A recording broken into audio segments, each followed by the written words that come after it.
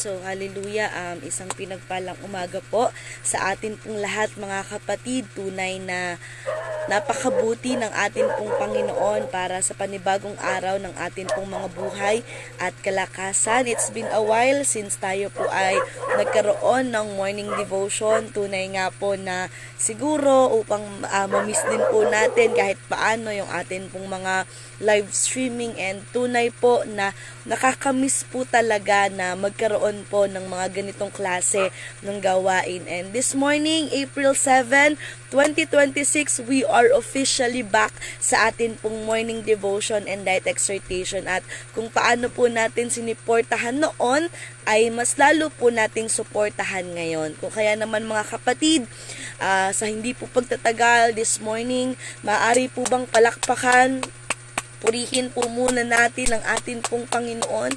Hallelujah. Let's glorify, hallelujah, the name of the Lord, for He is good, and His mercy never faileth. His mercy endureth forever. Hallelujah, hallelujah. The Bible said, come and taste the goodness of the Lord. Ang sabi pa, come and see that the Lord is good. Hallelujah, hallelujah. Indeed, napakabuti po ng Diyos na atin pong sinasamba. Siya po'y tapat, siya po'y dakila. Hallelujah. At ang kaluwalhatian niya ay magpasawalang hanggan. Oh, hallelujah. We glorify, we magnify, we exalt your name, Panginoon. Pinupuri ka ng amin pong mga labi. Sinasamba ka namin, O Diyos. Pinapupurihan at pinagpupugayan po namin na ikaw ay Diyos na buhay. Hallelujah, hallelujah. Let's pray. Hallelujah, Jesus. Once again, Panginoon, tunay na ang kadakilaan mo ay hindi nagbabago.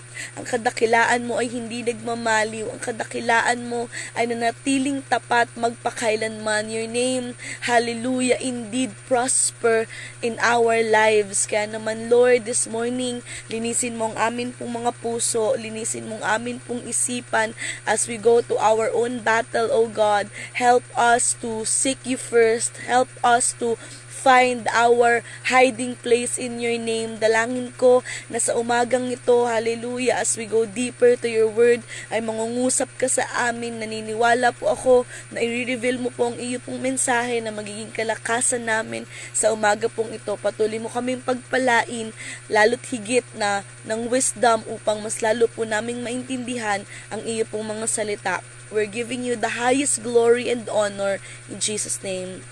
Amen. Hallelujah. Praise be the name of the Lord. If you have your Bible with you, mga kapatid, let's open it in Micah chapter 7 verse 7 to 9. This morning devotion is natakil na po ito, I believe, pero naniniwala po ako na ito po ang message sa atin ng atin pong Panginoon. Again, if you have your Bible with you in King James Version, basahin po natin sa wikang English and then Tagalog. Ang sabi po dito,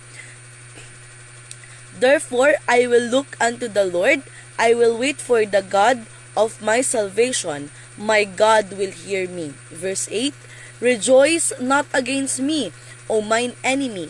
When I fall, I shall rise. When I sit in the darkness, the Lord shall be the light unto me. Verse 9, I will bear the indignation of the Lord, because I have sinned against him. Until he plead my cause and execute judgment for me, he will bring me forth to the light, and I shall behold his righteousness. Sa wikang Tagalog, ngunit sa ganang akin, ako ay titingin sa Panginoon, ako'y maghihintay sa Diyos ng aking kaligtasan, didinggin ako ng aking Diyos.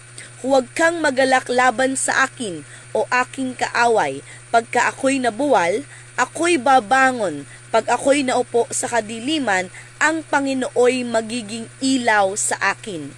Verse 9, aking babatahin ang kagalitan ng Panginoon, sapagkat ako'y nagkasala laban sa Kanya. Hanggang sa Kanyang ipagsanggalang ang aking usap, at lapatan ako ng kahatulan, Kanyang ilalabas ako sa liwanag, at aking mamasdan ang Kanyang katuwiran. Pagpalain po ang pagkabasa ng salita ng atin pong Panginoon. Sometimes, mga kapatid, We are busy focusing our mind on doing our best in all aspect of our life.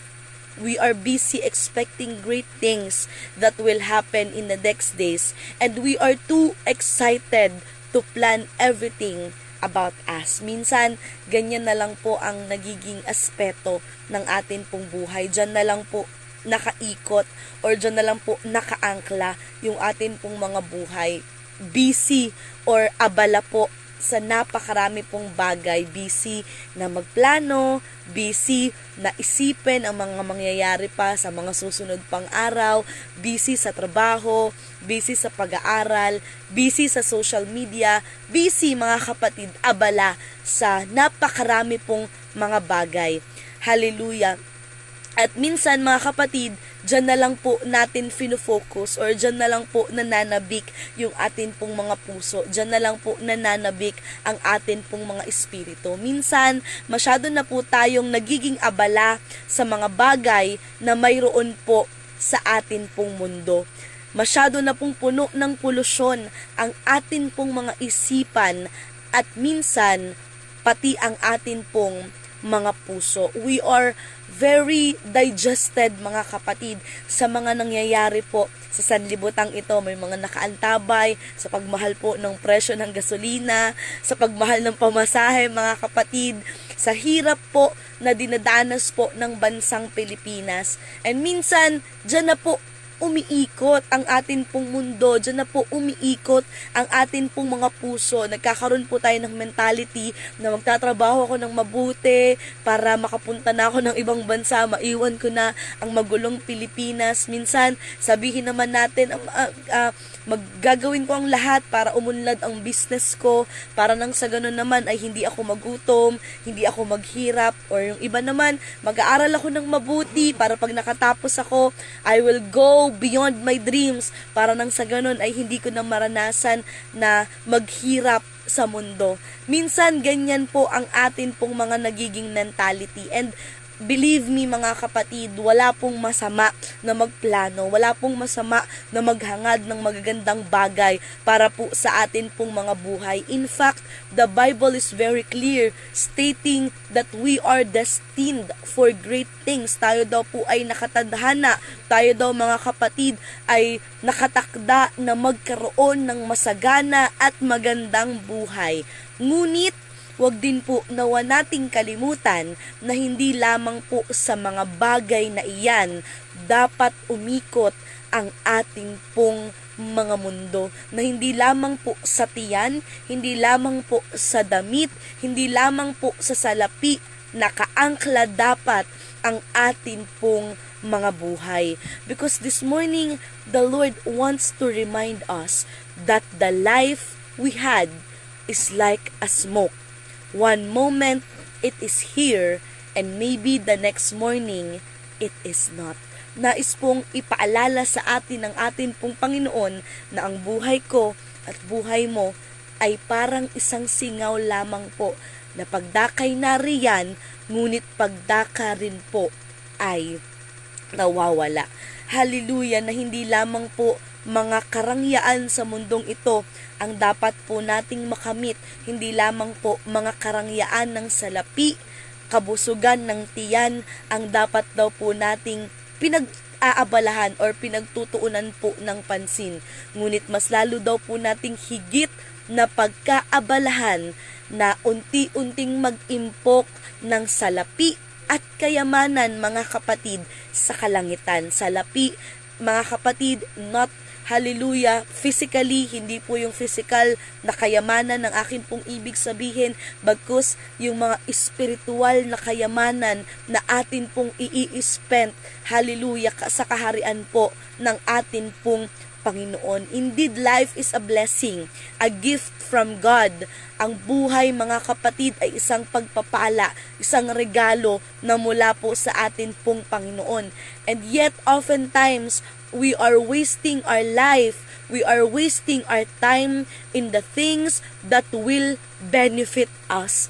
Ngunit marami pong beses na ginagamit po natin ang buhay natin sa mga bagay na makapagpapasaya lamang po sa atin pong laman. Maraming beses na mas ginagawa po natin ang kung ano ang sa tingin po natin ay makapagpapabuti sa atin pong mga laman. But this morning, the Lord is reminding us that the life we had, mga kapatid, is not ours. Yan po ay hindi po sa atin. Lalo't higit na ang buhay po natin ay hindi po ipinangako ng atin pong Panginoon. Yes, it is a gift. It is a blessing. Ito po'y pagpapala. Pero hindi po ito pangako. Hindi po ipinangako ng Diyos na mabubuhay tayo ng 1,000 taon. Hindi po ipinangako ng Diyos na mabubuhay tayo hanggang sa 10 o 19 na siglo, mga kapatid. Our life is not promise. Hallelujah. Kung kaya naman dapat po natin itong iniingatan,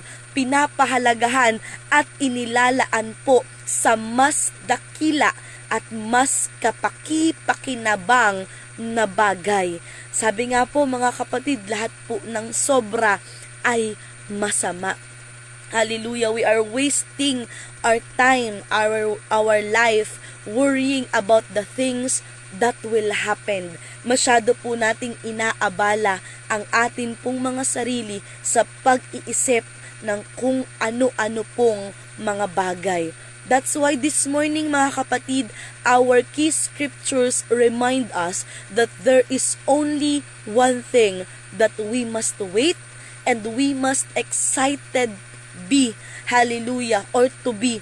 At ayun po ay ang atin pong Panginoon. Pinapaalala po sa atin ng atin pong kasulatan ng atin pong Panginoon na kung mayroon man pong isang bagay na mas dapat po tayong kinakapanabikan, hindi po ay ang pagbaba ng gasolina o ang pagbaba ng pamasahe, kundi po, mga kapatid, ay ang muling pagbabalik ng atin pong Panginoon. Let's restore the fire of excitement within us. Hallelujah. And be excited po sa pangalan ng atin pong Panginoon. Kaya po ang sabi ng verse 8, diba?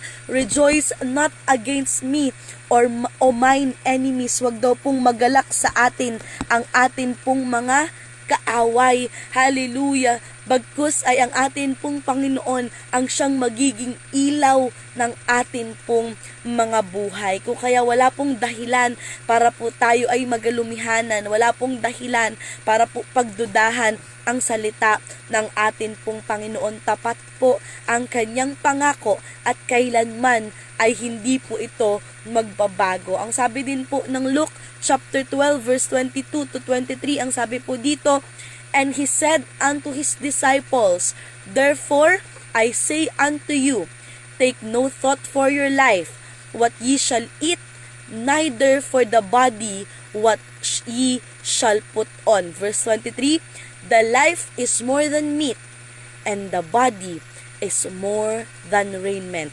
At sinabi niya sa kanyang mga alagad, kaya nga sinasabi ko sa inyo, huwag kayong mga balisa sa inyong pamumuhay kung ano ang inyong kakanin, kahit sa inyong katawan kung ano ang inyong daramtin. Verse 23, sapagkat ang buhay ay higit kaysa pagkain at ang katawan kaysa damit.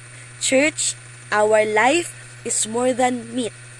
It is more than, our body is more than raiment. Ang paalala po sa atin ng atin pong Panginoon ay hindi lamang po tayo nabubuhay sa atin pong mga laman. Hindi lamang po tayo nabubuhay upang gawin ang mga bagay na meron po tayo sa sanlibutang ito. Bagkus we are also destined, mga kapatid, for heavenly purpose, and we are tasked.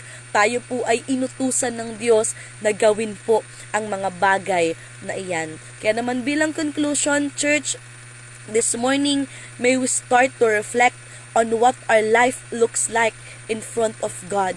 In a world where people often values themselves over material things, may we be different from them, and may we seek God in all aspect of our life. Bago po tayo uminom ng mainit na kape or marahil habang umiinom ng mainit na kape, pagbulay-bulayan po natin kung ano nga po ba ang atin pong mga buhay sa harap ng atin pong Panginoon.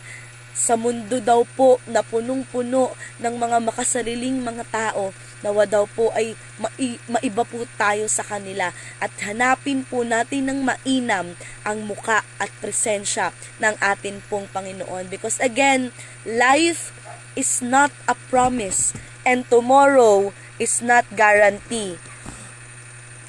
Who knows? Maybe our life will expire anytime soon. Or maybe the Lord will come to meet His bride.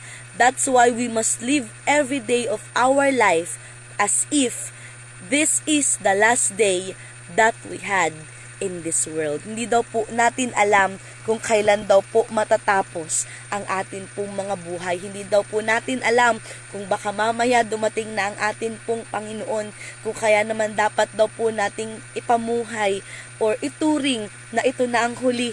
Hindi naman siguro masama mga kapatid, kapag po kasi iniisip natin na ito na ang huli, magiging cautious po tayo sa atin pong mga ginagawa, magiging cautious po tayo sa atin pong mga sasabihin, magiging mapagbantay po tayo sa atin pong mga gagawin. And may we all have that mindset, hallelujah, na hindi po pangako ang atin pong mga buhay, na mayroon pong expiration po ang lahat. Kaya araw-araw, araw at gabi mga kapatid, saan man pong dako tayo pumaroon, ay piliin po natin na gawin ang sa tingin po natin ay ikalulugod ng atin pong Panginoon. God bless us all mga kapatid, and kung paano po nating sinimulan ang atin pong devotion with prayer ay tatapusin din po natin ito sa pamamagitan po ng panalangin. Once more ay atin pong palakpakan ang pangalan ng atin pong Panginoon. Hallelujah Jesus, hallelujah, hallelujah. Once again Panginoon, pinasasalamatan ka po namin sa amin pong mga buhay. Salamat sa muling pagpapaalala sa amin, salamat sa muling pagbibigay po sa amin, hallelujah, ng aral na ang amin pong mga buhay ay dapat po naming ingatan, dapat naming pahalagahan, at dapat rin po naming pagtuunan ang amin pong mga spiritual na pangangailangan. Dalangin ko, O Diyos, na anuman pong bagay ang gawin namin sa araw na ito, pumunta man po kami sa trabaho, sa school, gawin man po namin ang amin pong mga agenda, I pray, O God, na kasihan po kami ng iyo pong spirito. I pray na ikaw din po ang mag-ingat, magprotekta sa amin, sa daan, sa mga tao na amin po makakasalamuha, at kung paano mo po kaming pinalakas ngayong umaga sa pagsisimula ng amin pong araw, naway palakasin mo po kami hanggang sa magtapos po ang araw na ito, hanggang sa gabi, Panginoon, ay manatili po ang amin pong kalakasan at ang iyo pong pag-iingat. Muli, pagpalain mo rin po ang araw po na ito at ilayo mo po kami, O Diyos, sa lahat po ng masama. Pangunahan mo po kami sa amin pong mga buhay. Once again, pagpalain mo ang amin pong mga live streaming, ang amin pong morning devotion na ito, upang mas marami pa pong tao ang makarinig at mas marami pa pong tao ang pagpalain mo sa pamamagitan ng iyo pong mga salita. Once more, sa iyo po namin itinataas ang pinakamataas na papurit pagsamba. In Jesus' name, Amen. Hallelujah. God bless us all mga kapatid. Ingat po kayo.